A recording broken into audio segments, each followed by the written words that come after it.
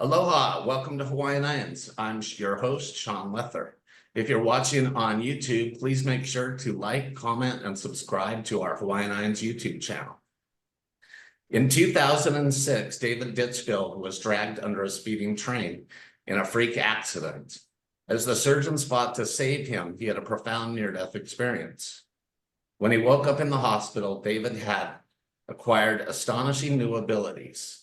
He found he could paint dramatic paintings of what he had seen in the afterlife. He then discovered that he could compose classical music, having never received any training. He has composed 2 symphonies and a rhapsody, all premiering at sold-out concerts. One of David's inspirational ND paintings was recently on display as part of a year-long exhibit at the Museum of Bible in Washington, D.C. David is the author of Shine On, the remarkable story of how I fell under a speeding train. And I want to welcome our special guest, David. Thank you so much for speaking to us in the middle of the night. My pleasure. I'm going to turn it over to you. Thank you very much. Great to meet you, Sean, and great to meet you all. Okay, so well, my story starts at a rail station in Cambridge in the UK. I'd been actually I was living in London up until that point. I'd been living there for quite some time. I'd moved to London with the hope of turning my life around because in all fairness, most of my life up until this point had been quite a struggle. I'm dyslexic, and I'd never been actually diagnosed with dyslexia. And in fact, I'd left school with very little qualifications. So I realized that, well, first of all, the school I was at a state school, which is kind of like we call them comprehensive schools here in the UK. And comprehensive schools basically say if you're not academically inclined, then you're going to go and work in a factory or what have you. And I didn't particularly want to do that.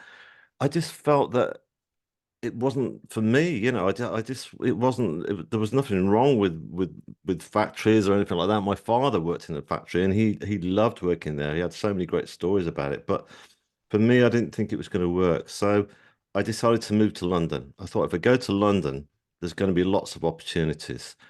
Um, I arrived in London and yeah, I had a great time. I had a whole social circle of friends that I immediately fell into. But most of those people that I knew were working in the music industry and in the arts and doing really well at that. And I thought this could be my way in because all these people seemed like they weren't highly educated themselves. And I thought, well, if they're doing well and they're not academically inclined, then maybe me too. I kept trying to push doors open, but nothing was happening. None of those doors were opening. And I started to realize it was a struggle to survive in London because, like all capital cities, it's very expensive and highly competitive. So I was picking up work, doing whatever I could. I was working in kitchens, washing pots, dishes, pans. I was working on construction sites. And I realized I wasn't very good at this kind of work, especially on the construction sites. I'd start working and I realized I was very slow and I couldn't keep up with all the other guys. And most of the guys doing this kind of work were very skilled. So I started to run out of work. I was running out of options, running out of luck. And I started to drink fairly heavily, I would say, because I mean that was the culture I was in actually, especially with the construction sites, because that's how you would pick up work. You go down to the local bar, to the pub, and you would kind of hustle for work there. That's where all the site managers were. So I'd end up sort of spending most of my wages anyhow by hanging out in these bars and stuff, and realizing that having a drink sort of like was kind of almost like sort of quelling the flames of sort of anxiety of not getting by. So I got to the stage where I was running out of money. I was running out of just about every single option there was, and I was about to be evicted from my apartment. Um, my sister and her family live in Cambridge, and that's how I ended up in Cambridge because she said, like, why don't you come and hang out with us for a couple of weeks? You know, you look like you're not in a very good place. So I said that would be great. So I went to Cambridge and I was like staying with my sister and her young family. Um, a couple of weeks prior to me going there, I'd met somebody. I'd met somebody in London in one of the bars called Anna, and I just made a connection with Anna. There was something about her that was just quite unique, and we just kind of we hit it off really well. And so while I was staying with my sister, Anna kept in touch with me, and she said, well, can I come and hang out with you for a couple of days in Cambridge? I'd love to see Cambridge. I said, yeah, that'd be great. So she came to stay with me, and she was there and for a couple of days, and we had a brilliant time. We had this wonderful chemistry together, and we'd only just met, as I say, a couple of weeks prior to this. And she got to get back to London. She got an appointment, so I ended up taking her down to the rail station. And when we arrived, it was a cold February day. I remember there wasn't a cloud in the sky. It was bitingly cold, but a beautiful day.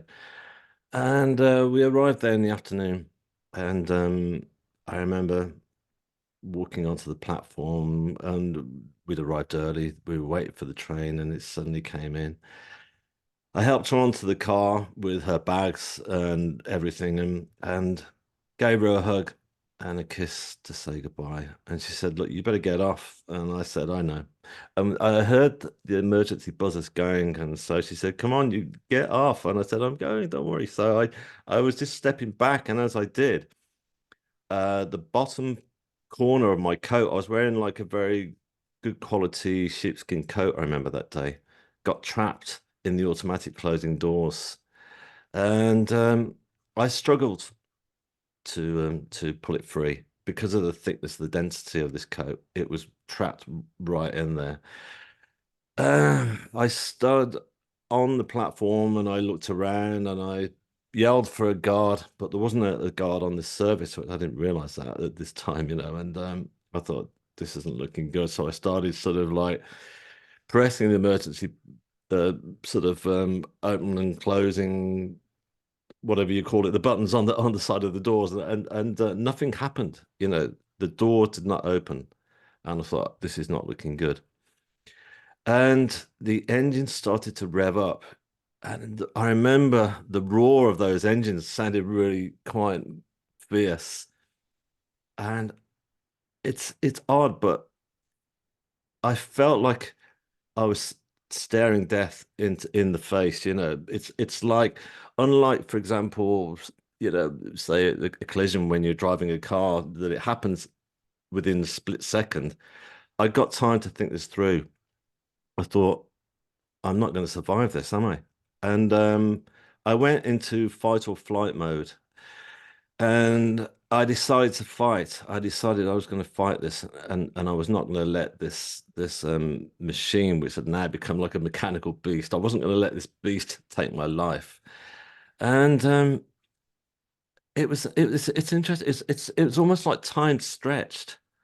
It's not like time had slowed down, but time had stretched. And I suddenly remember I thought, right, this thought came into my mind. I remember seeing this news sort of footage from a couple of months back where I'd seen this article where a small infant had been thrown from the third floor of a burning apartment block. And this small infant had landed from the third floor without any injuries, because they say that infants don't tense up like we do as adults. We tense up, and that's how we end up breaking limbs.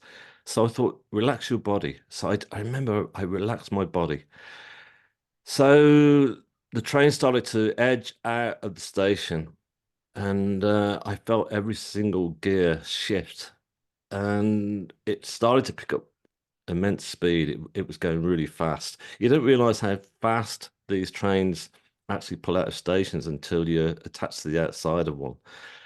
And by now, I was feeling really terrified, and I lost my footing and I was dragged along the platform edge. And then suddenly I was sucked between the platform edge and the speeding train itself. And under I went.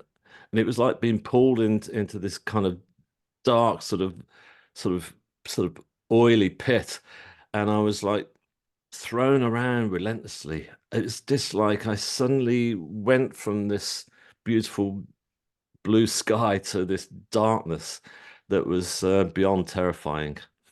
And it was violent and it was aggressive and it was fast. And suddenly, going from this time expanded and stretched, suddenly went into like it was like going into an intense sort of darkness of absolute speed and horror. I was suddenly thrown down to the ground in between the tracks eventually, and I remember just my face being into the gravel, and I kept my face right in there, and the train continued on. And I thought, it's not over yet. I thought, just keep your face in the gravel. Again, my mind started to work, and I started to remember things like the 007 movies or Indiana Jones. I thought, what would Indiana Jones do now? He would keep his face right down in the gravel. So that's what I did.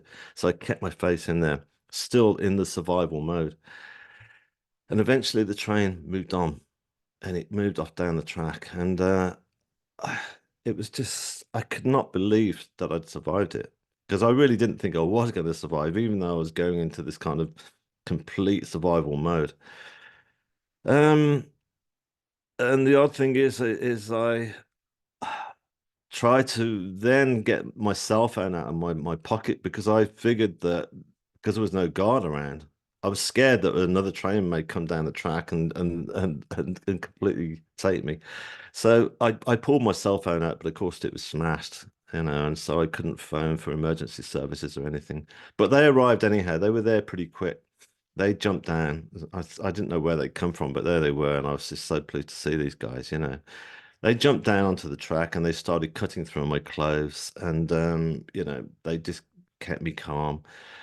And they said, you know, don't worry, we're going to get you into the back of an ambulance and we're going to get you into hospital. So I said, that's great. And somehow they did. I mean, it's a huge drop. And they managed to get me on this stretcher onto the platform and into the back of an ambulance.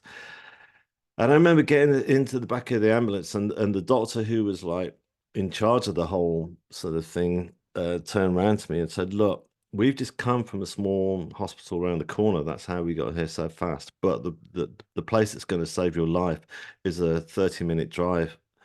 Can you hang in there?" And I said, "Yeah, let's go." So the siren went on, and I remember we screamed off down the highway, and it was just like we took off like a rocket. And we arrived at the hospital.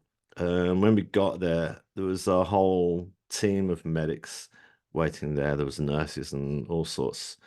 And it seemed like it was a very sort of a scene of high drama. There was a lot of fear in their voices. And the fear started to come through me. I just thought it's not over yet, because I realized I was losing a copious amounts of blood because my left arm had been cut, it had been severed from the elbow down. And so I was starting to lose blood. I was starting to actually lose faith that I was going to pull through this. And the consultant who was in charge of the whole thing, he was a lovely guy. He kept me calm. He said, "Don't worry, David, we're going to get you into theatre shortly." He said, "But look, your family are here." And I was going, "My family are here." And he said, "Yeah, would you like to see them?" I said, "Yeah, definitely. I'd love to see them." So they came in. I remember, they were all in complete shock, of course. My mother, she was in tears, and she turned around and she was going, I can't believe what's just happened to you. And I said, I know, Mom, I'm so sorry. It's always me bringing all the dramas to this family, isn't it? And of course, she put her hand over my mouth and said, "It's not your fault. Now stop it." So I I felt really, it's odd, but I felt that bond with my mother that I really needed my mum at that point. I needed her there just to make me feel calm. I became like a small child again, and But ultimately, I was concerned about Anna. I saw her sat at the back of the emergency department. She was sat there looking in complete shock. And I said, "Look, before they take me into theatre, can I speak to Anna?" And so they brought her forward and she came over to me. And I remember she just looked at me and she was shaking her head from side to side. She was going, "I thought you were dead. I can't believe you're alive." They announced over the speakers at the station when we got to the next station that there'd been a fatality and that you hadn't survived this. So I said, "Yeah, I'm still here," just about. And so uh, it was at that point that I left all this drama in the hospital. I left all the pain and the agony that I was in, and I was suddenly transported into what, first of all, appeared like a darkened space, not a foreboding darkness, but a really comforting darkness. And I kind of looked around to kind of check my bearings, and I thought, where am I? I figured I must be dead, actually. I figured that I must not have survived. I thought, this is it. This is it. I'm dead. I didn't fight it. I know I've since learned from other people who've had near-death experiences that some people do try to resist what's just happened to them because they've got too much to live for. They've got young kids and stuff like that, which I didn't have at that point. And so it's not like I wanted to die, but after all the drama I've been through and the fact that my life had been in such a mess, that it was kind of, I don't know, it was comforting just to be in this wonderful space. So I went with it. I went with this kind of with whatever was happening to me. I looked around me to try and get my bearings, and when I did look around, I realized I was no longer laid on this hospital trolley that I've been on for some time now. I was now on a huge slate rock. It was like a granite altar, like a medieval altar is the best way I can describe it to you. And it felt remarkably comfortable to be laid out on this altar.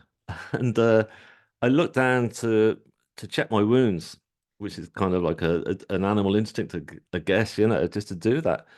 And when I did look down, I realized I was no longer clothed. I was just covered in this kind of like satin, sort of silky textured material that covered the whole of my body. And everything was intact, not even a single scratch or bruise. My arm was back in place. Everything was just fine. So that was really reassuring to know that everything was okay, despite the fact that I knew that I was in a completely different realm altogether now. I still needed to know that I was all right. I then looked around me and I started realizing that I was being greeted by these beautiful orbs. There were colors of reds, yellows, greens, ambers, blue, whatever. And they were just slowly pulsating all around me. They made me feel calm. They made me feel like I was in a safe place. And it was like being greeted almost like by, I guess, almost like, beautiful candles lit along a runway. And I thought, this is beautiful. So I just laid my head back on this granite rock that I was on and closed my eyes. And as I closed my eyes, I started to see light appear through my eyelids eventually.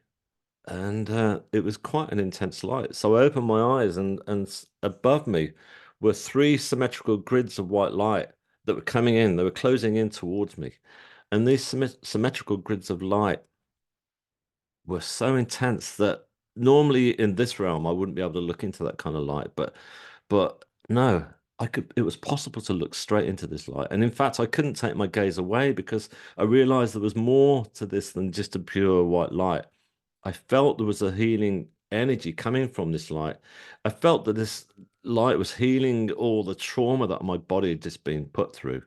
Because believe you me, it had been put through the worst possible trauma. The human body should never have to go for something like that. And so I felt like this sense of weight that was being lifted off me. So I closed my eyes again and decided to sort of bathe in this beautiful healing in light. And as I lay there, time went on, and I suddenly felt the presence of somebody. I felt somebody had arrived at the scene, and I lifted my head and opened my eyes, and there was a person, an androgynous being of light, as I described this person as being, stood at my feet with this pure white blonde hair and the skin that was like emanating light from within. And this person was just wearing a very contemporary black t-shirt, nothing too ethereal that you might expect. Well, I certainly was expecting something a little more ethereal, but no, it was just a simple black t-shirt. And I felt familiar with this person. In fact, I said out loud, I said, I know you, don't where do I know you from? I know your face. And this person just kept looking back at me and looking back and smiling at me. There was like a knowing smile, and this person actually refused to answer my question, but that's okay because I felt incredibly safe with this person. In fact, I felt that I'd known this person throughout my life and beyond in many previous lives. It's almost like that thing when you go to a party and you meet somebody for the first time and you start chatting and you turn around to each other and you say, "I feel like I've known you before. I feel like I've known you for a long, long time." You hit it off. It was very much like that, but a lot more intense than that.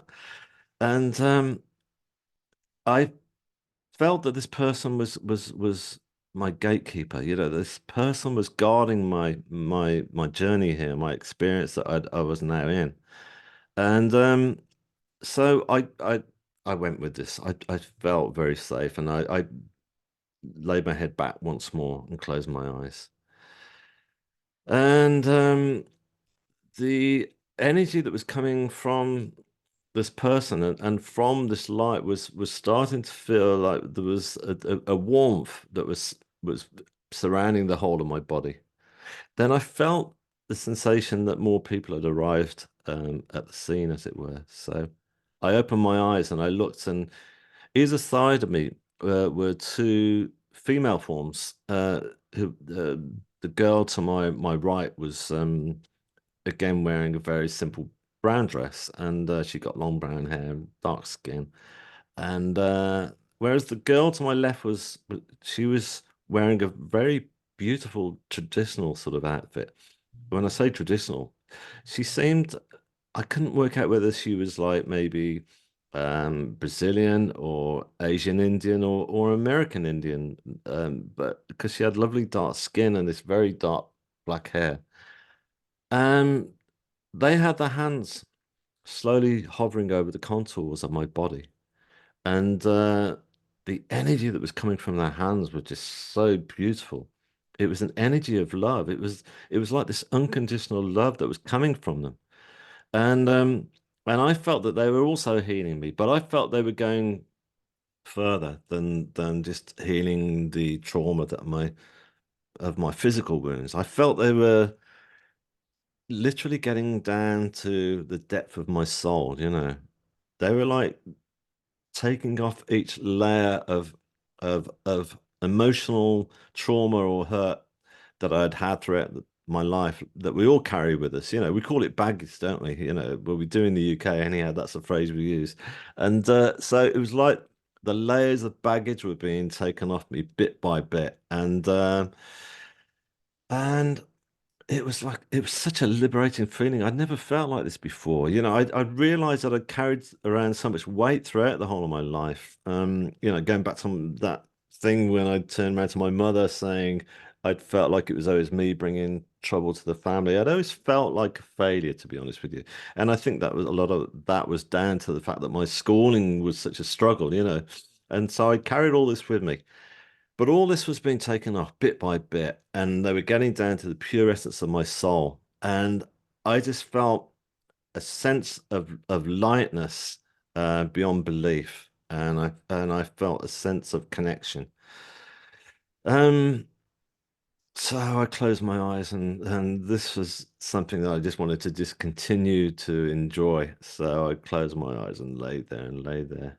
Then I started to think about my family and think about, well, clearly I'm dead is what I figured. So they're going to be pretty upset now. They're going to be pretty torn up down in the hospital. So I want to try and see them. So I lifted myself over the side of this huge rock that I was laid on and tried to look down, thinking if I looked down, I would see them down below. And I looked down, I didn't see them at all. I couldn't see them. But it wasn't a disappointment because what I did see was the most awe-inspiring sight. It was this a huge waterfall of stars. And it was a waterfall of stars. It was like the size of Niagara Falls or the size of Victoria Falls, but instead of, you know, millions of tons of water cascading over the earth, there were billions of stars that were cascading over, and they were sparkling and shining, and there were shooting stars flying over the top. And I looked down, and I was going, "Wow, just look at this! What's going on? I'm not in a small darkened space at all. I'm actually in the universe itself." And as I looked down, my gaze started to fix, my eyes started to adjust, and I realized I was looking down. It felt like I was looking down from one galaxy into another. I was looking into infinity. I started to see nebulous form, beautiful colors that I'd never actually seen before in my life. In fact, I got no interest whatsoever in astronomy. And at this point, to me, the universe was just like when you walk down the street at night, you'd look up at the sky every now and again, see like a blackness with sparkling white stars. But no, these were beautiful colors forming nebulous. And I thought, wow. And I suddenly felt a sense of being part of the universe. I felt like I was moving forward in the universe itself. And it was so exciting and liberating. And uh, So I lifted myself back over, and it's interesting because there was no sense of I felt okay, well I can't see my family now, and there was no sense of anxiety or shame or worry or anything like that. All that gone now. So I remember saying to myself, okay, well I can't see them now, but you know what? And hopefully I will be seeing them appear at some point. And if I don't, they're going to be experiencing all the wonders and all the joys that I'm experiencing here myself now. And it's going to be a beautiful experience for them one day soon. So there was no sense of negativity whatsoever. All that had gone. And so I laid myself back and continued to balm in all this healing energy and this unconditional love that was being given to me. And the most profound moment of the whole experience was to happen right at the end, and that was I was laid there, and as I laid there, this energy of love that was going throughout the whole of my body was suddenly intensified, and I suddenly felt like every single molecule of my body was starting to vibrate, and this vibration of love was just so beautiful. And I thought, what's happened? Something has changed, something has shifted. So I opened my eyes and lifted my head once more, and just beyond the androgynous being that had been stirred at my feet was this huge tunnel of white light. And this huge tunnel of white light was just like coming through the universe, through the stars, and it was coming in towards me, and it was surrounded by um like flames that were slowly rotating around the edge, all around the perimeter of this tunnel of white light. And again, normally this it would be quite terrifying to look at this. It's particularly the fact that it was so huge and the flames were so dramatic. But no, I just felt excitement and I felt complete trust in what was happening. I just felt that everything that was happening right now was all positive. And not only that, I was being told that what I was looking at here was this was the source of all creation. This was God, not God in the usual form, that most faiths have, and well, particularly for me, from my textbooks at school, I remember seeing the images of the Michelangelo sort of God on the ceiling of the Vatican in Rome, the guy with the long grey beard, reaching his hand out. No, this was God in the form of this beautiful tunnel of white light with this intense light that was like emanating love from within and causing me to feel totally loved and complete. And I remember laughing out loud to myself. And it was at that point, as I laughed, that I suddenly came crashing back into my body. I was back in the hospital. I was in the hospital. All the pain came rushing through me. And I remember the fluorescent strip above me was screaming into my eyes. The sound coming into my ears from the hospital was just like it was like a shrill. It was like an intense sound, and it was just overwhelming. It was just like it was just it was a horrible shock to come back into that. Um, but interestingly enough, I despite coming back from all that beauty, from all that wonder, there was no sense of disappointment because I was so charged with what had just happened to me. I was just so filled with all the wonders and the delights and all the love and the liberation that I'd just been given that it didn't matter. In fact, I felt like, there was a part of me was still attached, like an umbilical cord was, like I was attached to that other realm. And so yeah, so that was just it was all right. And I remember just thinking to myself, why have they sent me back? Well, how come I've come back? What's my mission? What is my mission? What's my goal? And I felt like I'd come back for a reason. And I got to sort of try and find out what that reason was. And I remember then seeing all my family all around me still, and then seeing my friend Anna. And Anna said to me, "Oh, they're going to take you into theatre now." And I said, "Anna, I've got something really important to tell you." And she just turned around to me and said, "David, no." She put her hand over my mouth and she said, "Not now, tell me later." I said, "No, but this is really, really important. This is just so important." And she said, "David, please, this can wait." And I thought, yeah, it can wait, actually. And um, so yeah, so it was at that point that they wheeled me into theatre, and I, uh, I I was under for about 8.5 hours, I think, being operated on, and it was when I came back through. They'd given me my own room in the hospital. I remember, because of the severity, of what had just happened. Going under a train was pretty big, so I got this room to myself. And I remember lying there in this room, and in the middle of the night, and I remember looking around. It was just me and this little machine that was bleeping in the dark. And yes, of course, a huge part of me was like contemplating what had just happened. I'd just been under a train. That was a massive thing to come to terms with, both physically, mentally, and emotionally. But I was far more sort of like focused on this whole incredible experience that had just happened to me, because I didn't know what it was. I was completely non-spiritual before this, so I didn't even know what a near-death experience was. I knew nothing about spirituality. I didn't really have a faith up until this point. So I thought, am I the only person that this has happened to? And if so, how am I going to tell the world about this? Everybody needs to know about it. There was no sense of me worrying that people were going to think I'm crazy or anything like that. I didn't care about that. I wanted to tell everybody, and I'd still got this sort of notion going through my head was, what is my mission? And I felt like I'd got to find out what it was. And I remember as I lay there, I was scared I was going to forget all this as well. I thought, if I don't want to forget any of this. It's far too important. I thought, I know what I'm going to do when I get out of hospital, when I'm well enough.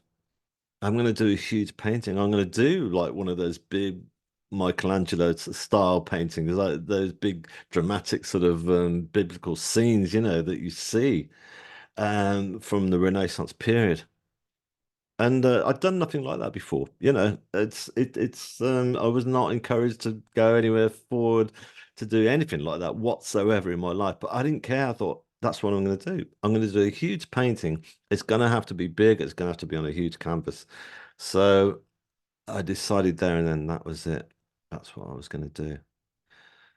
I remember um, my family came in to visit me, and I remember my sister coming in actually the next day, the next evening, and she came in with her friend, and they both sat there, and they were chatting to me, and it was all very quiet and somber, and we were all talking, and I remember my sister talking in a very quiet voice, as you would do.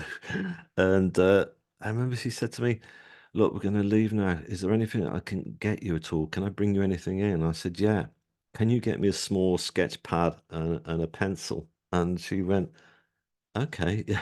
And she went along with it. And I remember she brought that in the next day, bless her, and I got the nurses to prop me up in bed, and because I was so weak at that point, but I said to them, "Look, I need to try and sketch something in this little sketch pad. Can you just go with me on this?" And they said, "Yeah." So they did. They got about 9 pillows, I remember, but behind me and got me there with this little sketch pad.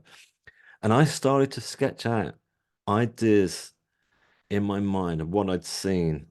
And they were just so faint, because I was so weak. But it didn't matter because I'd just done a rough sketch, and I thought if I forget everything tomorrow, it doesn't matter. I've got that basic sort of, you know, tracing, if you like, of what I'd seen, so I can start that painting once I'm well enough.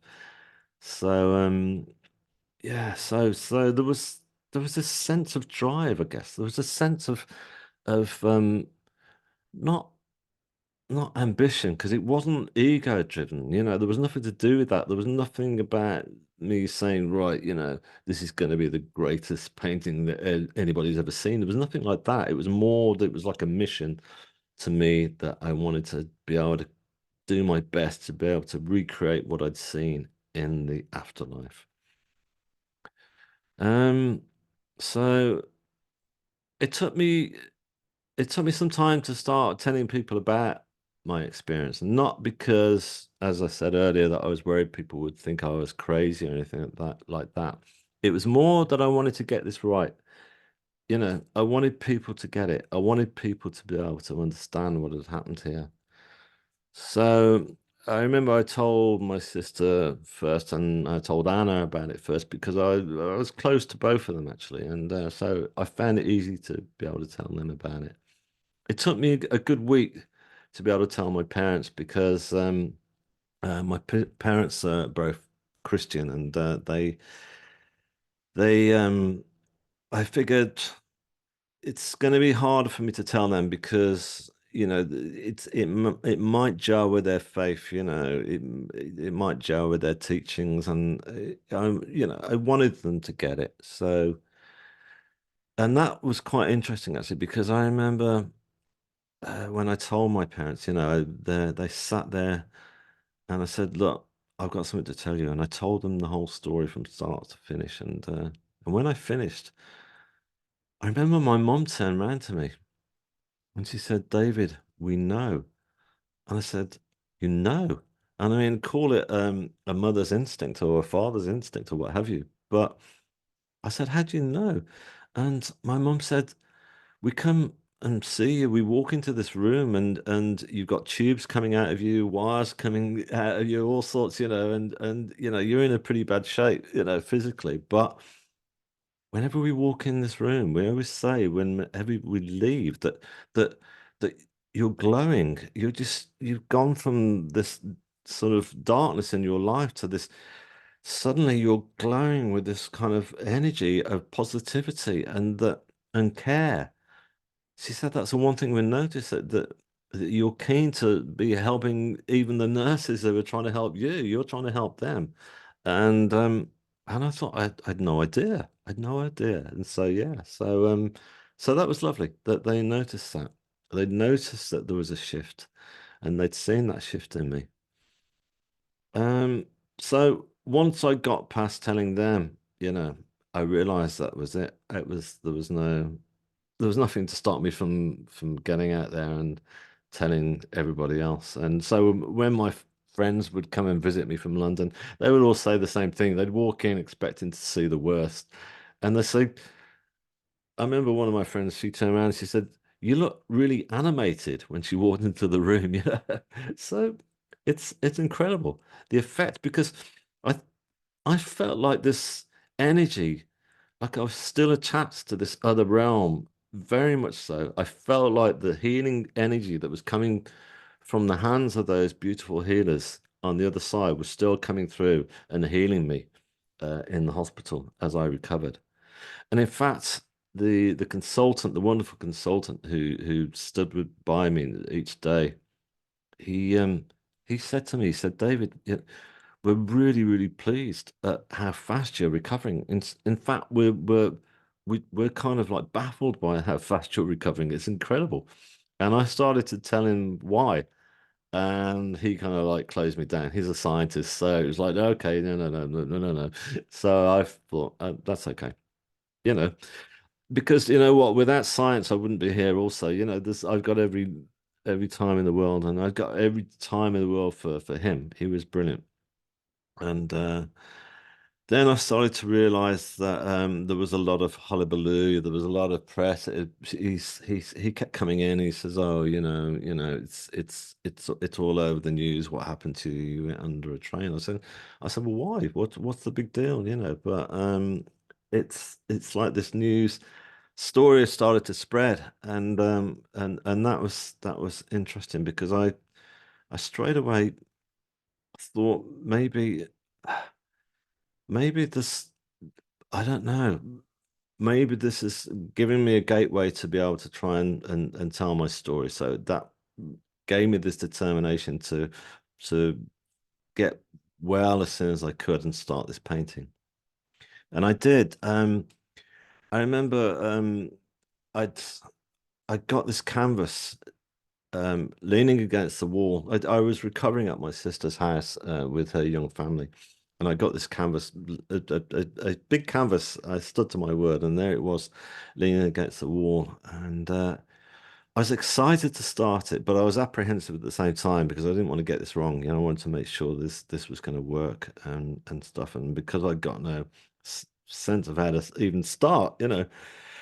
And there was a lot of synchronicity started to come into my life. I remember, there was like some friends of my sister's who ran a local sort of Pilates yoga center, and they came around to visit one day, and they said, "Hey, we hear you're going to do a painting. When are you going to start it?"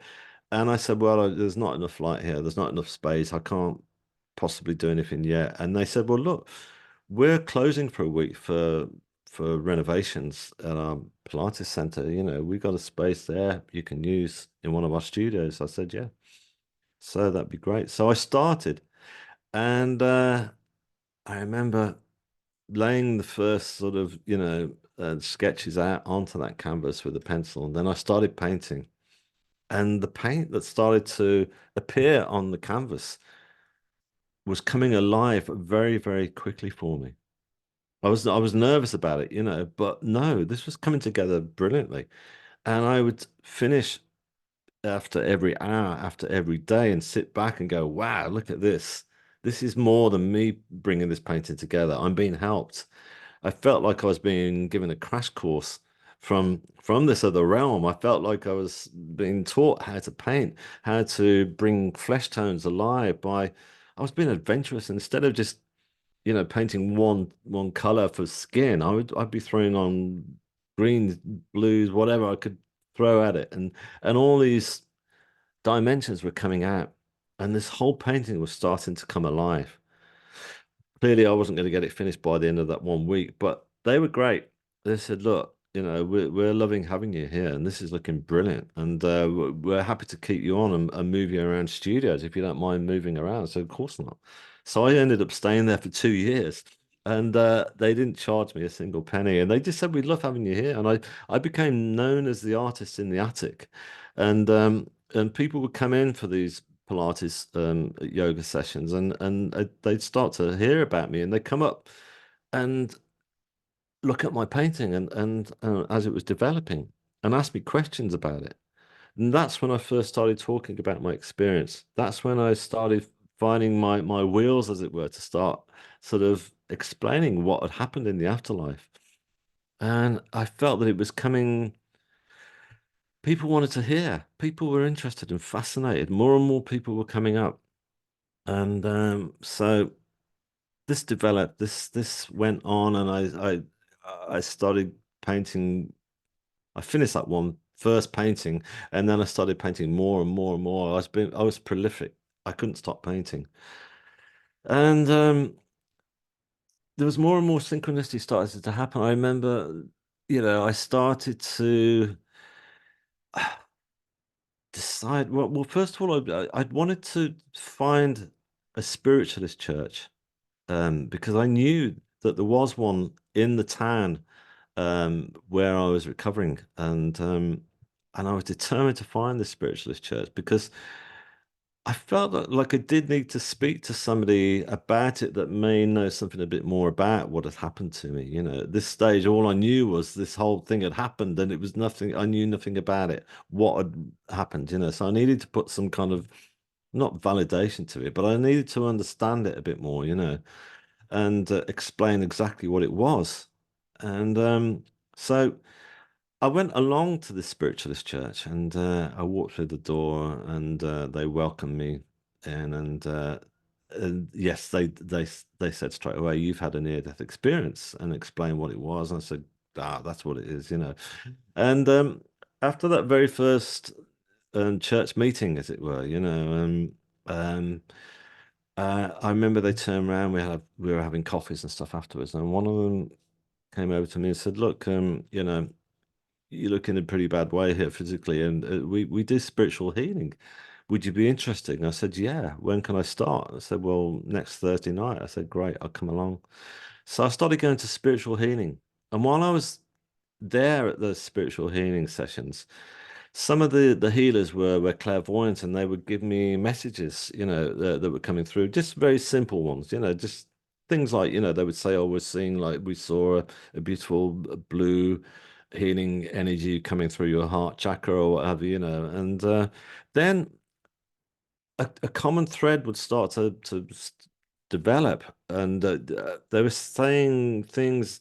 Individual healers were saying things like, one of them said, "Oh, why am I seeing a violin placed across your chest while I'm healing you?" I said, "I've no idea." Then another one would say, "I'm hearing Wagner, Beethoven, and Chopin." I said, No, I have no idea." And then one of them turned around to me and said, "Look, um, we've been told that you're going to write a piece of music now about your experience, not just your paintings, but a piece of music." I thought, great, great, another dimension to get this story across. So I went back, and I remember we had this old cheap synthesizer up in the loft, and I got that down, dusted it off, and I borrowed a cassette recorder off my dad. That's all we got. And I just got that, and started to put some ideas together, and and s- I thought it was going to be a song that I was going to write. I knew nothing more than that. I was not really a musician. I mean, like most of us, I'd learned to play guitar, and I'd managed to bash out three chords in a local punk band or what have you, but that was it. So I thought it's going to be a song, and I got this little synthesizer, and I was just playing two-fingered chords on it and stuff like that. Nothing was coming, nothing was happening. And I was sat there one afternoon. I got this old movie I remember on the TV, and I was kind of half watching this movie, and the sound down was down fairly quiet. Then this chord progression started to come through, and it was a beautiful chord progression. And I thought, wow, that's lovely. I got the same sensation as I did with the paintings, that it wasn't just me that was creating something again. So I immediately grappled and got this cassette recorder and put a cassette in and I recorded this chord progression. I went out and made a coffee and came back in and then and played it back and I thought that is beautiful. And I developed this and started to and I thought this is not a song at all. This is something more. This is something that could be played by an orchestra. I still got this sense of, again, like I say, it wasn't like sort of ambition or anything like that. It was more like, why not? Why not an orchestra? And more synchronicity then happened because one of the people who came up to see me painting in the yoga center was she was a cellist. She played cello in the local orchestra, the chamber orchestra of St. Ives, which is in a Cambridge orchestra. And we became friends, and she was actually quite spiritual. And we went for coffee one day, and she said, "What have you been up to?" And I told her about this new piece of music, and I said, "Look, you know what?" I said that I think this lends itself to being something that could be performed by an orchestra. Do you think it could be done? And she said, "Yeah, why not? I'll speak to the orchestra." And so I met up with them for coffee, and I remember meeting up with the conductor and the leaders of this orchestra. And um, well, before I had this meeting, I remember my brother. He said to me, he said, "Look, I was chatting with him a lot on the phone, and he said, look, you can't just go along and have a coffee with an orchestra and say, look, here's a cassette.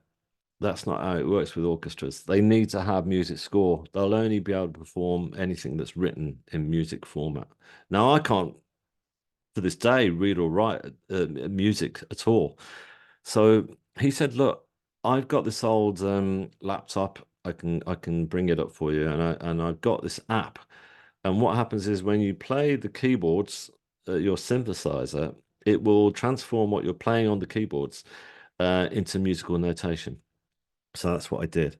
And I start to hear all these different sounds, just like with colors, I was hearing all these different sounds like horns and stuff and trumpets and flutes. And I start to build a picture. And suddenly I got this piece of music and I took this in and we had a coffee and they looked at it and they said, okay, we'll do it. We'll perform it. So I thought, great. So I remember them saying to me, um, can you turn up to the first rehearsal and with all the score, in a month's time? I said, yeah, that's great. So I turned up. Uh, I was apprehensive again because I thought, is this going to work? Am I going to pull this out the bag? Is it all going to come piling down like a ton of bricks? But I had this kind of same sense of faith that it would come together. I walked into the rehearsal room and I realized that orchestras, they're beautiful people, really lovely, lovely people, but they're quite foreboding, they're sort of like, they know their craft and they don't give much away. And I walked in, and so I was quite nervous, I remember. And the conductor said, "Oh, the composer's here." And I was going, "I'm not me. I'm not the composer. It's me, David. Sort of thing." And he said, "David, would you say a few words about your piece, please?" And I said, "No, that's okay. You guys just go ahead." He said, "No, please, we'd like to hear about it." So I started telling them about what it was about. I said, "This is about a near-death experience." I explained the whole thing, and I talked them through and everyone was totally captivated and asking me questions about it. I went and I sat down, and I remember the conductor's baton coming up, and as it came down, I thought, this is it, the moment of truth. And boy, the moment of truth was beautiful. It was just those three chords on this little cheap synthesizer was suddenly transformed into this three-dimensional sound. It was just a beautiful, beautiful experience. Like I'd highly recommend it to anybody to hear something like that you've created performed by an orchestra. It's really beautiful. And then they turned around to me and said, "Look, would you mind saying a few words to the local press? Because that's what we normally do with composers perform for us." I said, "Yeah, sure." So I spoke to the local press on the phone, and they said, "Hang on, you're the guy who went under the train, aren't you?" Going back to my part earlier that it was all over the news. I said, "Yeah." And they said, "This is going on the front page." I said, "Fantastic." So it went on the front page, and then the phone started ringing, and then more and more people were coming through and wanted to write about it. I started getting national press were interested, and then the BBC.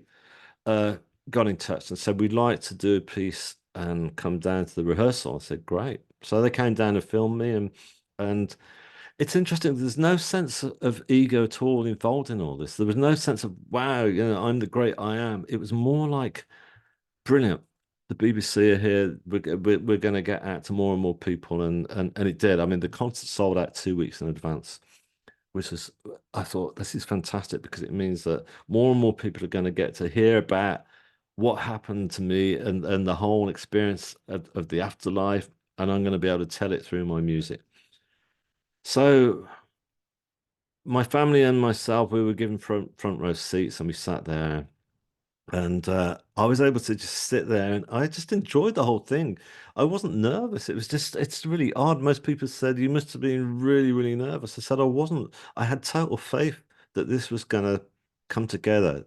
Because I just felt the energy. It was in a converted church, which is, it was a beautiful venue. And the energy was just fantastic. And I remember just as the conductor's baton came down for the actual performance, I looked, and on this church window, I saw a white dove just land. It just came, it flew down. It caught my eye, and everyone else, well, not everyone, quite a few people saw it as well. This dove landing right at the beginning of the performance, and I thought, this is beautiful, and it they finished it, and they performed it so well. And I remember my mother just threw her arms around me, and she was in tears again, but this time tears of joy.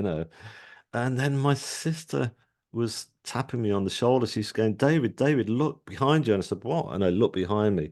And when I looked back, there was a standing ovation. People were stood up and applauding. And it was just like, great. Everybody got it. Everybody connected and everybody enjoyed it.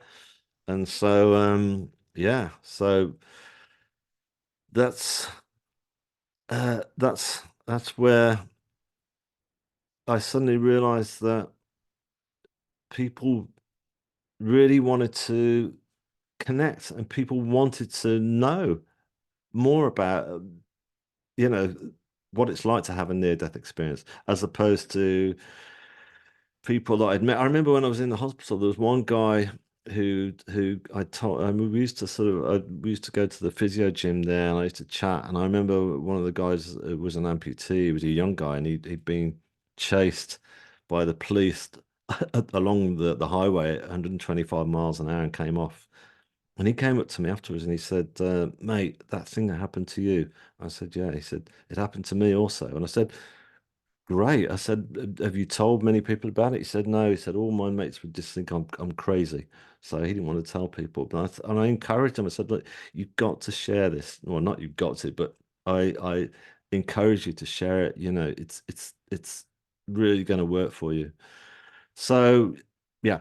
So that performance within itself opened up a whole new sort of meaning for me in as much as that was my mission. That's I'd finished. That was my mission. Sorry, to convey my story through my creativity, through my paintings, and through my music. Beautiful. Thank you so much. We have a lot of questions. Um, what's the main message or messages that you received in your NDE, either for you or to share with others? Well, the main message for me was that I was being told that I'm loved, that we're all loved, and that I'd never realized that before. That yeah, I was loved by my family and stuff like that, but I'd never felt any self-love because of me pointing out to you earlier about my schooling and stuff like that. Um, the blueprint had been set for me very early on, that I was trouble, that I was given school reports being told that I was a troublesome child, but that's purely because I was struggling to get by. but I was being told for the first time, no, David, you are loved, and that we are all loved. So that was one of the most important things, and also that once you find self-love and realize that you are loved, then you find self-worth, and you find the confidence to be able to go out in the world and equip yourself, you know.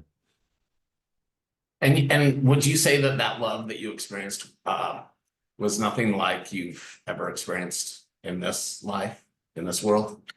Yeah, absolutely. I would say that the love that I felt there, as it was unconditional for starters, but also it was like all the different sort of, you know, aspects of love I'd had throughout the whole of my life, you know, because they're all there are many different levels of love, aren't there? You know, there's love from a lover, love from your parents, love from your pet cat, love from your friends, you know. But it was all those different aspects of love were all condensed into one, and it all came through with this beautiful, powerful energy.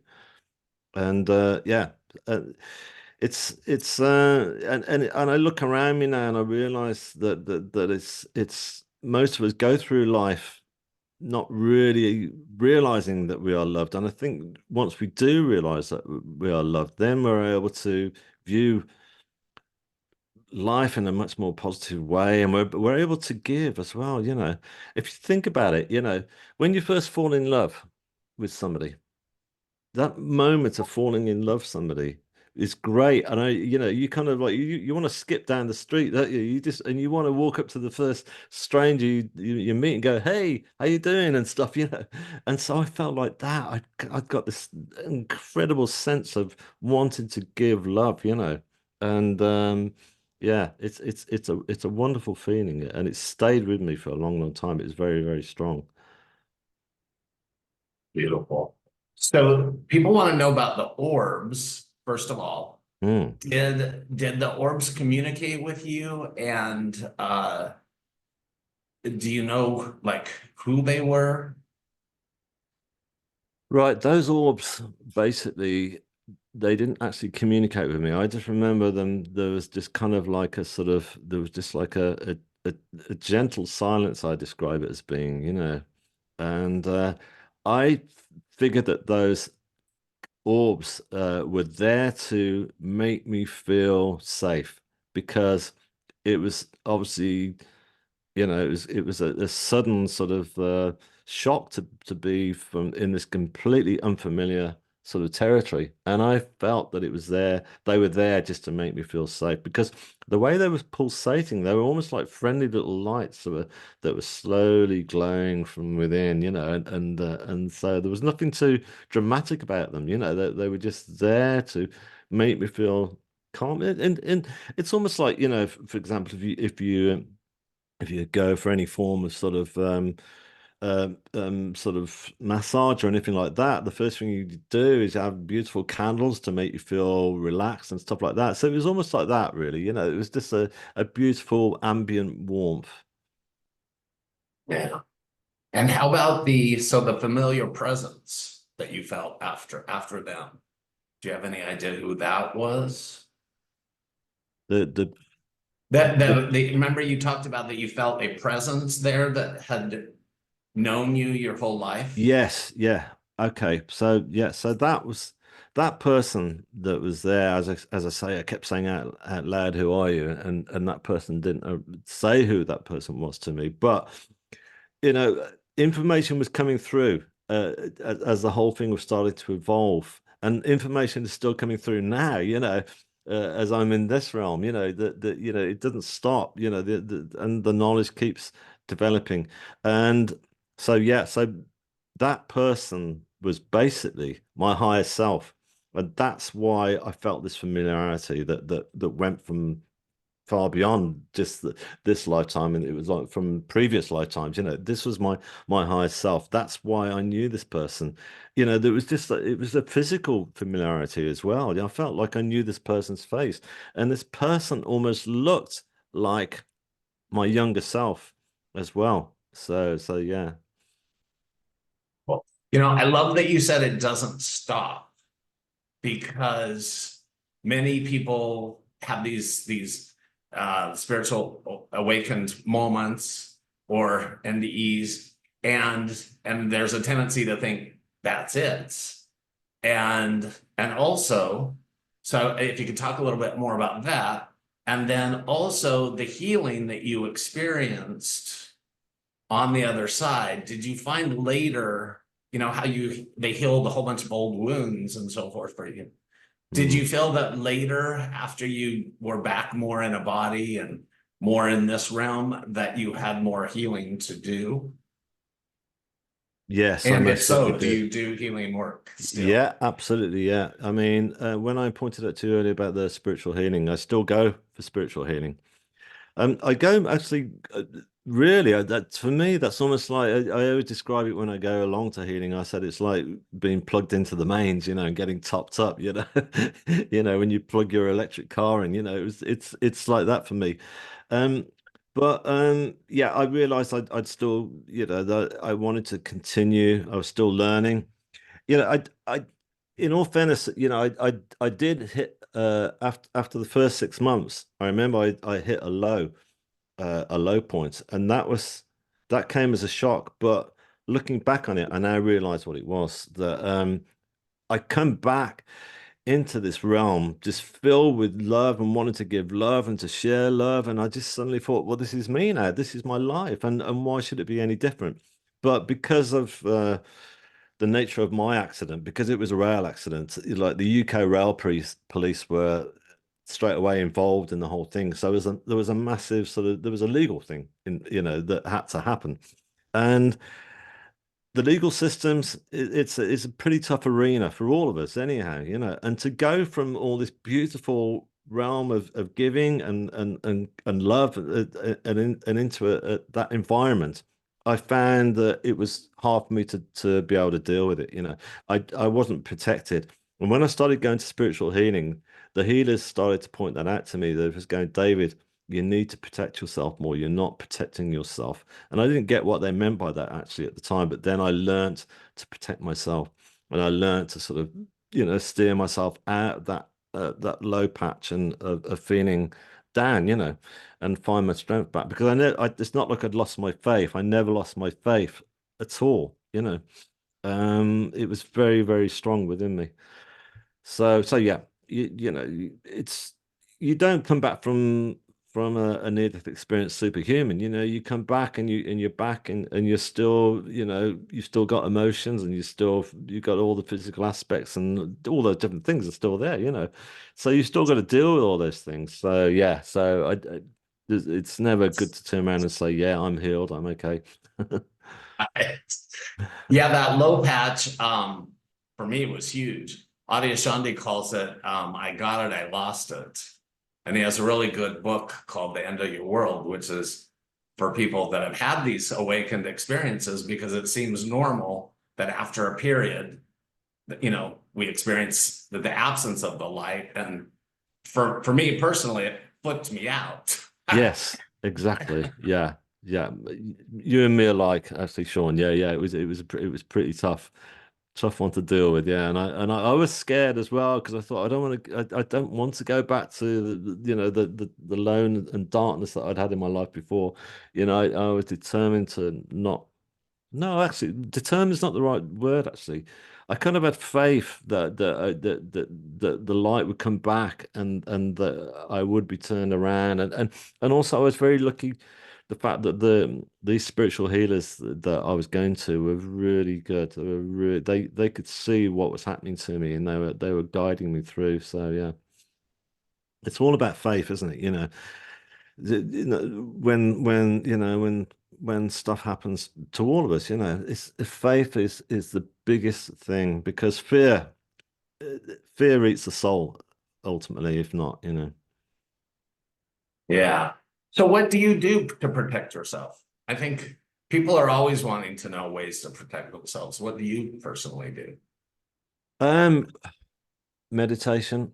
I meditate, so I just and try ground myself really. So meditation also brings around that grounding, and um, and I'm not afraid to ask my guides for help as well. I'm not afraid to ask my higher self and those two other beautiful forms that are around me, they're with me still. They've been with me throughout the whole of my life, and I just hadn't realized it, and I just didn't know how to call out for that kind of help before.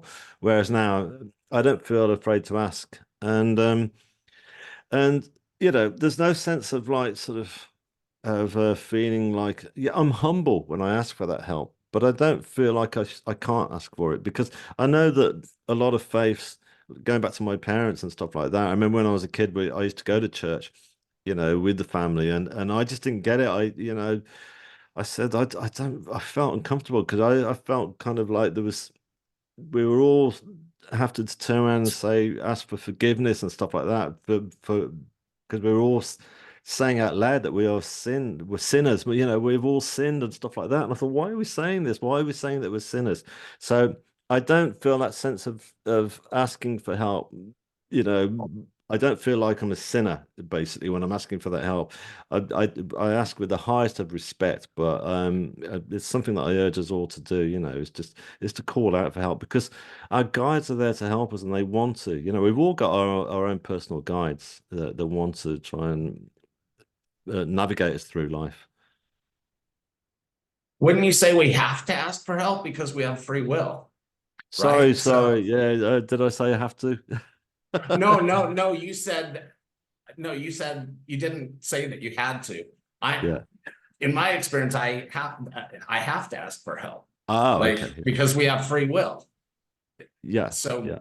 I don't know if that's your experience, Yeah, but yeah, it's free will. It's free will to ask and stuff. That's what I'm saying. It's don't hold back. Don't hold back. Even if it's the smallest thing, even if it's like, I'm really worried I'm not going to pass my driving test. Please, please, please help me. It's fine. Just ask. Don't feel, oh, you can't ask for this kind of help. Yeah, it's there. It's all good yeah. stuff. Yeah. So your mission, so you knew right away you had to tell your story Mm, of what you'd seen, right? yeah. But did your mission come to you in pieces, or did it come all at once? It's well, really. I mean, it came straight away. I mean, when I come through from the anesthetic of that 8.5 hour operation, it's straight away. I was telling myself I was going to do a painting. So the painting was like the starting point, but it all started to unfold. Everything was unfolding before me. There was no major plan. There was no, right, I'm going to start doing these paintings, and then I'm going to start writing music. And like I said to you, when I started writing the music, there was no sense of it's going to be performed by an orchestra. Synchronicity will happen if you just follow something that is authentic to you. I mean, I'm still like that now. I hardly ever push for it, for anything in my life. I never really have any huge master plan. Anything that happens in my life now tends to come to me, because I believe that if it's coming from an authentic place, then it will organically grow, and it will and synchronicity will happen. When I look back to my previous life, I was pushing doors, I was banging on doors saying, let me in. I want to be in on this. I want to be a rock and roll star. I want to be I want to be an actor. I want to be all these different things. They weren't meant for me. So they just weren't happening. So it's interesting. Yeah. So Yeah, so things, many people, they want to know what their mission is. And so when they hear somebody like you who has found their mission, they want to know how can they find theirs. And I think a lot of people think that it's going to come all at once. um, But yeah, well, I mean, put it this way, I mean, I don't think you need to have a dramatic accident like me or have a near-death experience to find out what your sort of mission is in life. A good example of it is when the pandemic happened a few years back. I remember when we all went into lockdown, and I thought that was quite an amazing period, actually. I mean, yeah, obviously there was a lot of fear around. There was a lot of people were like completely, it's like, wow, what's happened? What's happening to the world? But we all started using Zoom, and people were going on to Zoom and connecting with their friends and families by there, and social media and stuff like that. I remember seeing on Facebook and Instagram people going on there putting all this film up saying, "Hey, look, I've started baking bread for the first time for my family. I'd never done this before. Hey, look, I've started becoming an artist." People walking down the street saying, I'm a musician, or whatever. They were finding these new different things that they hadn't been able to do before. And that's because the world has stopped. Time had stopped. They weren't pushing forward. The thinking mind had stopped working, basically. And so people starting to find their true, authentic selves. And I was kind of sad actually because I thought this is brilliant. This is like the whole world could seize this opportunity to grow spiritually. But sadly, people started getting impatient and saying, "Hey, we want to get back to normal. We're tired of this now." And I thought, no, don't be tired of it. This is great. You know, Carry on baking bread for your kids. Carry on teaching your kids at home or whatever you're doing. Allow it to happen because this is your true, authentic self coming through. Yeah, 100% agree. Yeah, we had our little NDE sharing group here in Hawaii before the pandemic of 5 or 6 people, and now Yeah, people exactly. all over Then, the world. So yeah, COVID was fantastic. a blessing for Yeah. for me and Hawaiian Islands. Um, so let's see what else.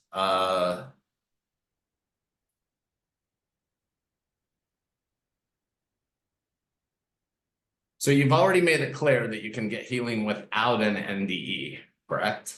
Mm. Because some people have asked that. Yes. Why do you think you had an NDE compared to Oh, so many people that don't? yeah. It's, I mean, for me, I can only look at my own story and say that my life was in such a terrible state that I was struggling so badly that I just thought I can't sink any lower. I can't go any lower. I remember opening the refrigerator door in my kitchen, and I looked in there, and there was no food in there whatsoever. There was just a bottle of beer staring at me, and I thought, "Is this it? Is this what it's come to?" And I remember actually, I did actually pray at that point. I'd never actually prayed before in my life. And I was praying out of desperation, and I was going, "Please, whoever's out there, whatever's there, please, please help me. I can't go on anymore like this. Please help me." And I figured that, that those prayers were somehow being answered for me in a sense, looking back on it. And I don't know. It's I can't answer sort of absolutely everything. Like I said, I'm not, you don't come back superhuman, so you're not able to say, right, this happened to me because of that. There's nothing special about me or that it happened to me over somebody else who didn't. uh, You know, I don't know. But all I can say is that a spiritual awakening can come in all different forms, basically. And all spiritual awakenings will come usually from moments of adversity. That's usually where they come from. So it doesn't necessarily have to be an NDE. You know, we probably don't realize it, but most of us will go through our lives and we'll hit rock bottom, or really tough things will happen in our lives, and that's where the spiritual awakening can happen. And life can become more authentic and make more sense. One thing I did realize, I remember when I was in that other realm, another thing that I was being told was that the only thing that really matters is the present moment. Because before that, I spent the whole of my life being concerned with either the past or the future. I was either concerned with past mistakes I'd made or opportunities that I thought I'd missed out on, or I was concerned with the future, worried about, where it was going to go, because I was broke and all those different things. Um, but in that realm, the only thing that mattered was the present moment. And so I feel that once you realize that the present moment is I mean, let's face it, the world, there's a lot of trauma in the world at the moment. We're all facing that. But if we stop and avoid going down the path of creating a future story, because it is essentially a story, as opposed to focusing on the future, on the present moment, sorry. Because the present moment is the only moment that is real. The future doesn't exist. The future's a story, and normally that story is a negative one. It's never a positive one. We hardly ever turn around and say, "Hey, the future's going to be great. It's all going to work out fine." Yeah, and that's when, for me, when fear enters, is if I'm not in the present moment. It's So what social. that's when I enter fear. Is if I don't stay in Yeah, the present moment, is when I go exactly. into That's fear. it. Exactly. That's it. So that's it. Yeah. So we're getting close to wrapping up, and I am so appreciative of you staying up all night. What would you like to share as your final words of closing with everyone? And what are Uh, you up to? Are you doing some new symphonies, art? What are you doing? yeah, I am. Yeah. Um, I'm actually just starting. I've just been commissioned by the Spiritualist Church actually, which is great. They got back in touch with me and said we'd like you to do a painting for the back of our wall. So I'm doing a huge painting. It's going to be the biggest one I've done so far actually, and I'm really excited about that because first of all, it's for me personally to be able to go back there and to paint something at that church is important to me, but also the ideas that are coming through from the other realm are really powerful. So I'm enjoying that. I'm working on a new symphony as well, which is called I Wasn't Expecting This, and that's basically all about my spiritual awakening. It's there's been quite a few different pieces that I've written all about my NDE, but this one is really going back to what I was just talking about then about spiritual awakening can come from it doesn't have to come from a near-death experience. It can come from just being in the present moment. So yeah, so that's where I'm at. And have you Um, learned how to read and write music no, now, or you still don't? I still So don't. you don't do I, that. I just want to I make sure everybody knows that and Yeah, that I you're still don't read or write dyslexic. music, and I don't want to either. It's kind of like if it ain't broke, don't fix it. Right. Because Yet again, you've because I done two concerts, right? well, yeah, because I don't want the thinking mind to take over. I want it to be coming from this other realm, and I want it to be coming from my higher self and from within and from me and stuff. So yeah, so yeah, so I still haven't. I can't read or I don't think I could read or write music anyway. I'd probably struggle with it because of my lack of academia. So yeah, you were asking me earlier. So what I would say is is one of the other big most important things that I brought back from the NDE is not to fear death.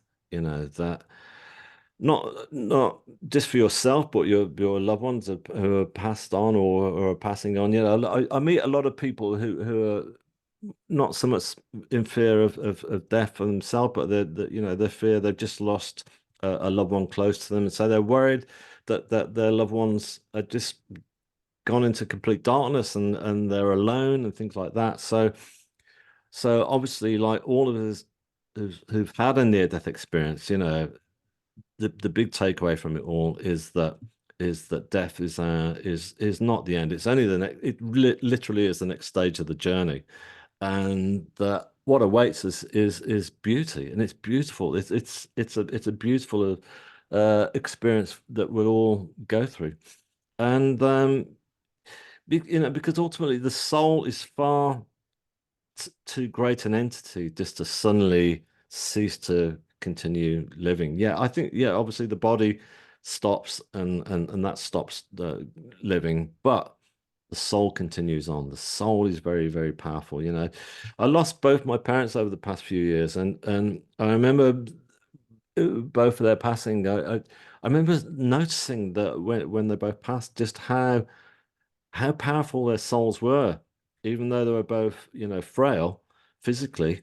That I thought, wow, your souls are really, really strong. They wanted to hang on. They didn't want to go, and I could see that they were hanging in there. And I thought that it's just like birth.